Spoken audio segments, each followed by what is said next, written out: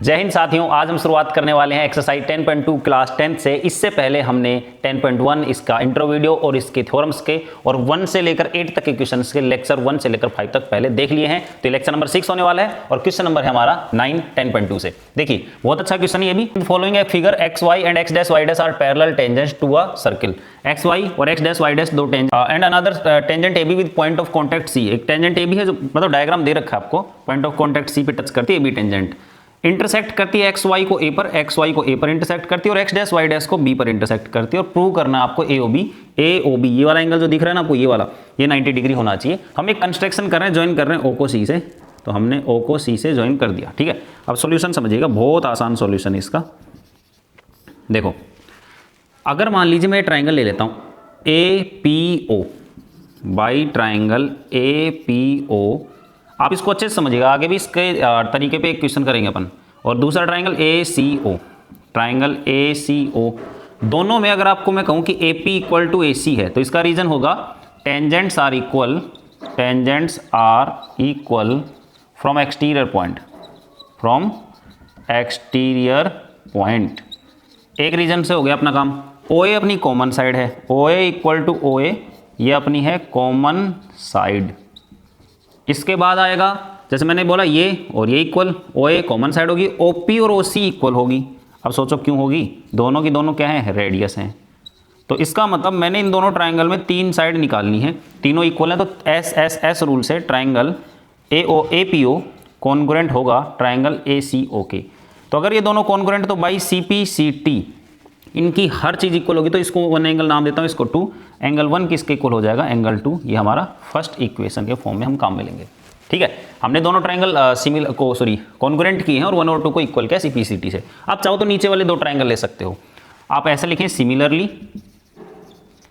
ये का ये काम हम Q B O, triangle Q B O and C B O में भी ये काम कर सकते हैं हम। दोनों ट्राइंगल इनमें भी यही काम कर सकते थे। तो यहाँ पे क्या मिलता हमें, 3 और 4 इक्वल मिलते हैं, 3 इक्वल टू 4 नंबर 2 से हमने पता किया 1 और 2 इक्वल, 3 और 4 इक्वल। अब साथियों हमने इनको सबको सम करते हैं। आप मुझे ये बताइए एंगल पी ओ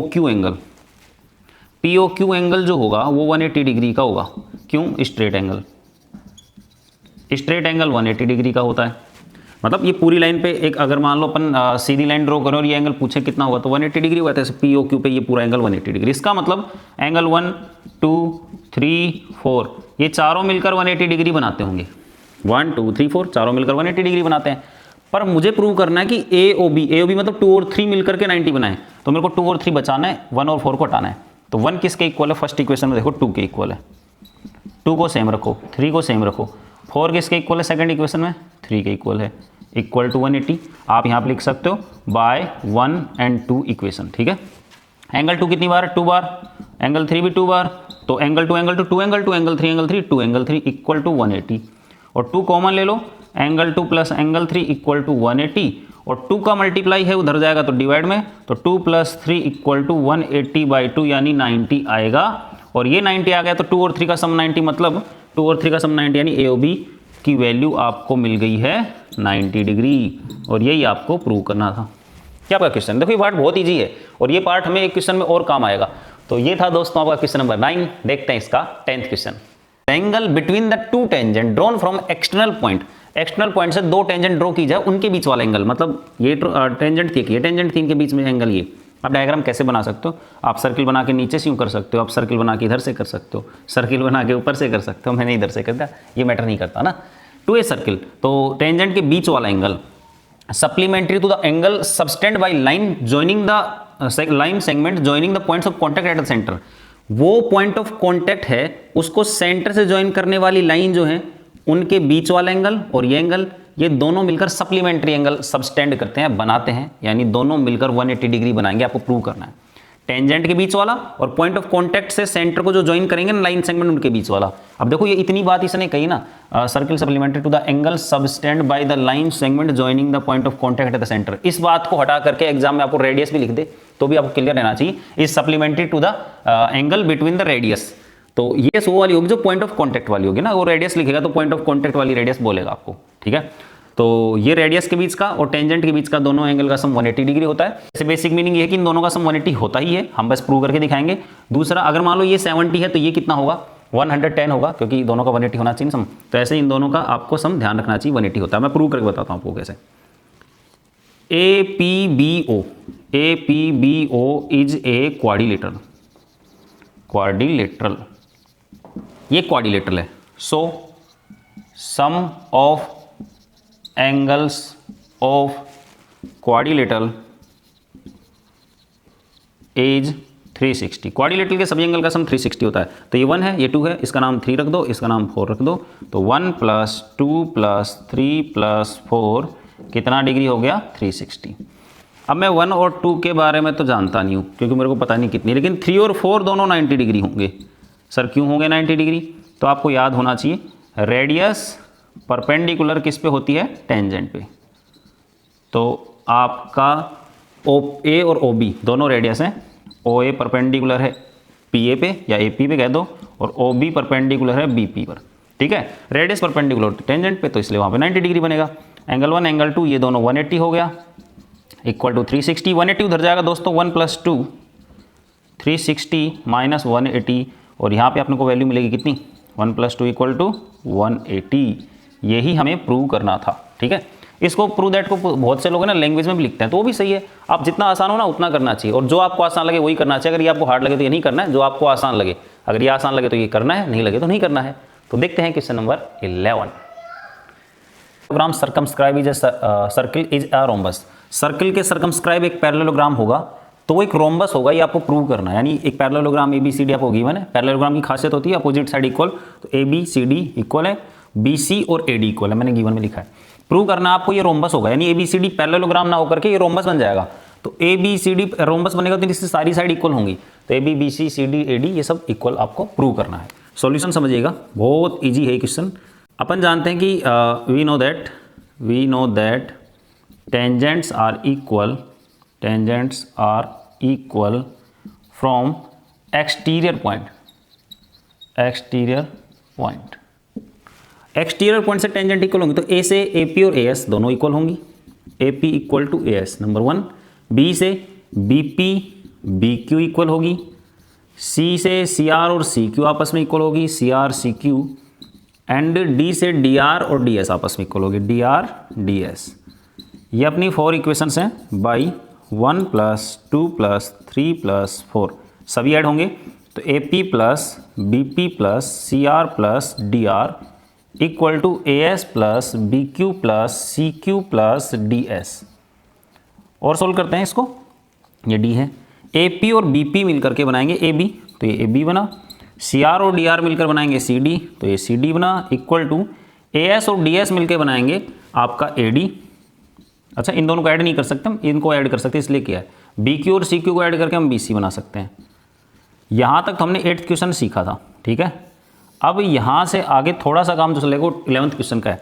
आपको देखना है गिवन में आपको AB और CD इक्वल मिल रहा है, तो मैं यहाँ पे यूज़ करने वाला हूँ, बिकॉज AB किसके इक्वल है, CD के। तो AB की जगह CD लिख सकते हो, प्लस CD है ही, इक्वल टू AD। AD किसके इक्वल है, BC के, AD इक्वल टू BC। तो AD की जगह BC लिख सकता हूँ और फिर यहाँ भी BC। तुम सोच रहे हो कि मैंने AB की जगह CD लिखा है, मैं CD की जगह भी तो AB लिख सकता हूँ, बिल्कुल, आप जो भी मर्जी लिख सकते हो। 2CD 2BC, और 2 से 2 हमारा कैंसिल हो गया, तो CD equal to BC।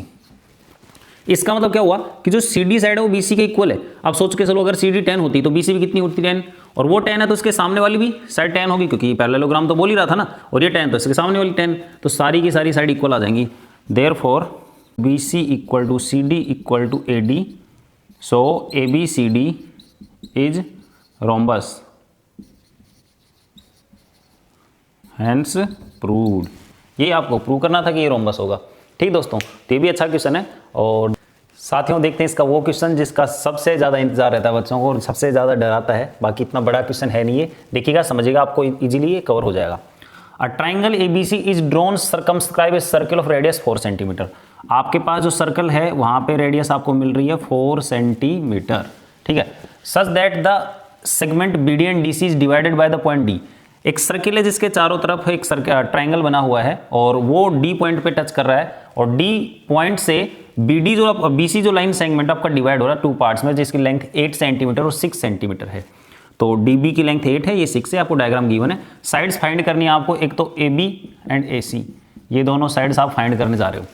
A B और ए सी दोनों साइड फाइंड करनी है। देखो दोस्तों, यहाँ से यहाँ तक अगर ये बी डी 8 है तो यहाँ से यहाँ तक जो भी अपना पॉइंट बनेगा, मान लो इसका नाम ई रख लेते हैं अपन, ई, तो ये भी 8 सेंटीमीटर होगा क्योंकि tangents are equal from exterior point. तो ये 6 है, तो यहाँ से जहाँ तक भी टच कर रही है इसका नाम एफ रख लेता हूँ, ये भी 6 सेंटीमीटर होगा। अगर ये दोनों पार्ट मिल जाए, मतलब एक पार्ट मिल जाए, तो हम दूसरा भी वो लिखेंगे। और मान लो अगर ये 5 आता तो 8 और 5 13 कर देते, ये 5 आता 6 5 11 कर देते, तो अपना आंसर आ जाता फाइनली। लेकिन बस ये दोनों पार्ट ही हमारे पास नहीं है, तो इसी को लेट कर लेते हैं। Let A E equal to A F होगा और हमने उसको मान लिया x सेंटीमीटर, तो ये हमारा x सेंटीमीटर हुआ, ये ई तक होगा, यहाँ ई तक होगा, और ये हमारा x सेंटीमीटर हुआ। सेम क्यों रहेगा? क्योंकि tangents are equal from exterior point. दोस्तों हम इसका एरिया फाइंड करेंगे हीरोन्स फॉर्मूले से, area of triangle A B C. अब हीरोन का फॉर्मूला आप जब भी यूज करेंगे तो s की वैल्यू निकाल दें, a plus B plus C by 2। तो a आपका मतलब एक साइड, दूसरी b और तीसरी c, तो ये एक साइड जो 6 प्लस एक्स कहलाएगी, दूसरी वाली साइड है 8 और 6 दोनों मिलकर 14, और ये साइड है 8 और x मिलकर के 8 प्लस एक्स बनेगी, अपॉन है 2। ऐड करते हैं 14 6 20 और 8 28 प्लस 2x अपॉन 2 का नीचे डिवाइड कर दो, 14 प्लस एक्स बचेगा। अच्छा 2 का डिवाइड इसमें ही नहीं, दोनों में करना पड़ेगा क्योंकि दोनों के नीचे हो, ठीक है। तो s की वैल्यू आ गई। एरिया ऑफ ट्राइंगल का फॉर्मूला आपके पास होता है s minus a, s minus b, s minus c. इसमें वैल्यू पुट कर देते हैं अपन, s यानी 14 प्लस एक्स, फिर है s माइनस यानी 14 प्लस एक्स माइनस ए यानी पहली वाली, तो अपन ने a इसको लिखा है, तो इसको माइनस करेंगे तो 6 प्लस एक्स दोनों ही माइनस के हो जाएंगे, 6 भी माइनस का x भी माइनस का। फिर s माइनस बी यानी 14 प्लस एक्स माइनस बी यानी 14, फिर x माइनस सी, s तो ये और c अपना 8 प्लस एक्स है तो 8 भी माइनस का और x भी माइनस का। और इसको सोल्व कर लो जितना भी होता है, 14 प्लस एक्स ब्रैकेट, यहाँ x से x कैंसिल, 14 में से 6 गया तो 8 बचता है, 14 से 14 कैंसिल, x बचेगा, और 8 x से x कैंसिल, 8 माइनस हुआ तो 6 बचा। ये आपका एरिया ऑफ ट्राइंगल आ रहा है ना, ठीक है दोस्तों। इसको नाम 1 रख के छोड़ दो, अभी आगे सोल्व हो नहीं सकता, अभी x नहीं है तो फिर क्या ही सोल्व करेंगे अपन इसको। अब एक सिस्टम और देखो, इसमें अपने को रेडियस 4 सेंटीमीटर दे रखी है, लेकिन बिना उसके यूज के अपनी इक्वेशन आगे कर नहीं सकते, तो हम एक छोटा सा पार्ट यहाँ पर देखेंगे। अब मैं ये कह रहा हूँ आपको कि मैं निकालूंगा area of triangle A B C, तो तुमको सर ए बी सी निकाल तो रखा है, लेकिन अपन दोबारा निकाल लें, लेकिन इस बार तरीका अलग होगा। एक बार ए ओ बी ट्राइंगल का एरिया निकालूंगा, area of triangle a o b, sorry a o c है पहले, plus area of triangle c o b plus area of triangle a o b. मैंने क्या किया आपको बता दूं, एक ट्राइंगल था यूं जिसका नाम था ए सी और बी, मैंने यहाँ एक पॉइंट देखा जिसका नाम है ओ, और इसको 3 पार्ट्स में डिवाइड कर दिया। तो मैं ये कह रहा हूँ कि यार एक बार तो अपन इस पार्ट का निकाल लेंगे जिसका नाम ए ओ सी है, एक बार इस पार्ट का निकाल लेंगे जिसका नाम सी और यहाँ बी है, सी ओ बी है, और एक बार इस पार्ट का निकाल लेंगे जिसका नाम है ए ओ और बी। अगर इन तीनों पार्ट्स को अपन ऐड कर देंगे तो अपना ट्राइंगल बन जाएगा। तो हम क्या कर रहे हैं, एरिया ऑफ ट्राइंगल ये पार्ट ये पार्ट ये पार्ट सबका निकाल करके ऐड कर देंगे तो हमारा ट्राइंगल का एरिया आ जाएगा। तो इस ट्राइंगल में 1/2 बेस इंटू हाइट। अब तुम सोच रहे होगे यार यहाँ पे तो हीरोन लगा दिया और यहाँ पे 1/2 बेस इंटू हाइट। इस ट्राइंगल को देखो, तुम्हारे पास बेस है और हाइट है, ये हाइट का काम करेगी। क्यों होगी हाइट? क्योंकि यहाँ 90 डिग्री होता है। 90 डिग्री क्यों होता है? क्योंकि रेडियस और टेंजेंट 90 डिग्री बनाती है, इसलिए यहाँ 90 डिग्री बनेगा।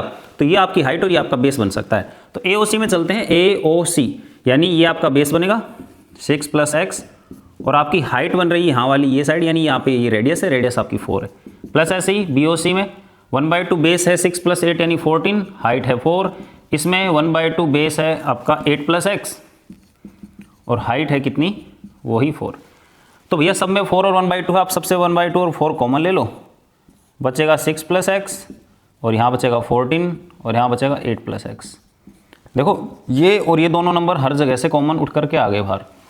तो ये 2 से कैंसिल किया तो 2 आया, 6 4 8 सब इनको ऐड किया तो 28 + 2x। अंदर से 2 कॉमन निकाल लो गया बाहर, अंदर से 2 कॉमन ले लोगे तो 2 और ये 14 प्लस एक्स, तो ये आपका सोल्व होकर मिलेगा 4 14 प्लस एक्स। ये भी आपका एरिया ऑफ ट्राइंगल ABC है और यहाँ पे भी सेकंड इक्वेशन फर्स्ट इक्वेशन में भी एरिया ऑफ ट्राइंगल ABC है। तो हमारे पास ABC और ABC का एरिया दो जगह दिख रहा है। अब हम इसको यूज़ करते हैं सोल्व करने के लिए। तो एक बार के लिए मैं आपको ये वाला पार्ट हटा देता हूँ और फिर अपन इसको आगे सोल्व करेंगे।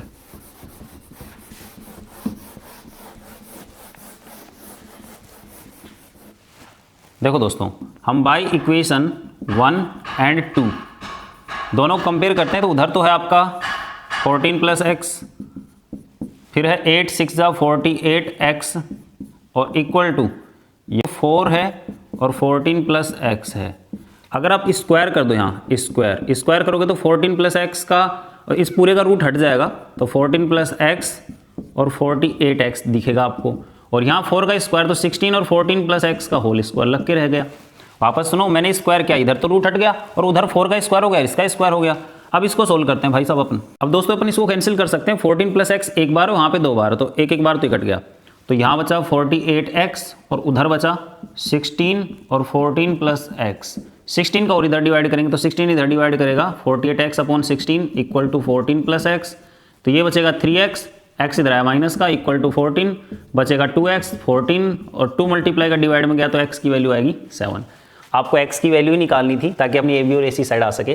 तो सोचो अगर x 7 आ गया तो AC साइड निकालने के लिए 6 और 7 दोनों मिल करके AC equal to 6 plus X था ना, तो वहाँ पे 6 प्लस 7 यानी 13 आपका आंसर होगा। और ऐसे ही AB साइड निकालने के लिए 8 प्लस एक्स आंसर था, तो 8 प्लस 7 यानी 15 सेंटीमीटर आपका आंसर होगा। तो ये क्वेश्चन थोड़ा सा लैंग्वेज में बड़ा है लेकिन हार्ड नहीं है। अगर आप तरीके से देखेंगे तो आपको बहुत सिंपल लगेगा। देखते हैं इसका लास्ट क्वेश्चन। साथियों देखते हैं 13th क्वेश्चन। यहाँ पे होने वाला है, prove that opposite sides of quadrilateral circumscribe a circle subtend supplementary angle eight the centre of circle.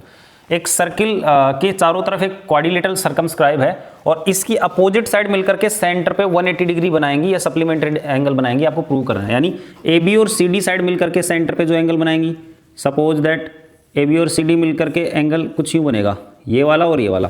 तो AOB मतलब इसका पॉइंट का नाम और रख लेते हैं, AOB और COD। तो AOB और DOC बात है कि COD लिखो DOC लिखो, तो ये दोनों 180 डिग्री और BC साइड से और AD साइड से COB एंगल और DO एंगल मिलकर 180 डिग्री यानी सप्लीमेंट्री एंगल बनाएंगे। आपको प्रूव करना है, ठीक है। तो हम यहाँ एक कंस्ट्रक्शन करेंगे, इसको ज्वाइन करेंगे, OP OQ OR OS join कर दिया हमने, OP OQ OR OS, ठीक है। सॉल्यूशन समझिएगा, वैसे ये सॉल्यूशन आपने 50% पहले क्वेश्चन में पढ़ लिया है।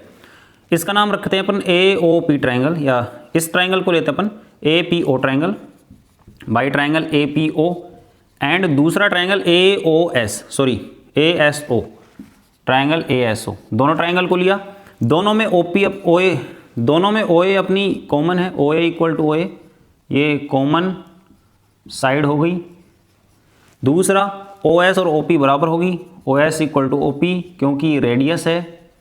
और थर्ड AP और AS इक्वल होगा, AP इक्वल टू AS, क्या लिखोगे reason, tangents are equal from exterior point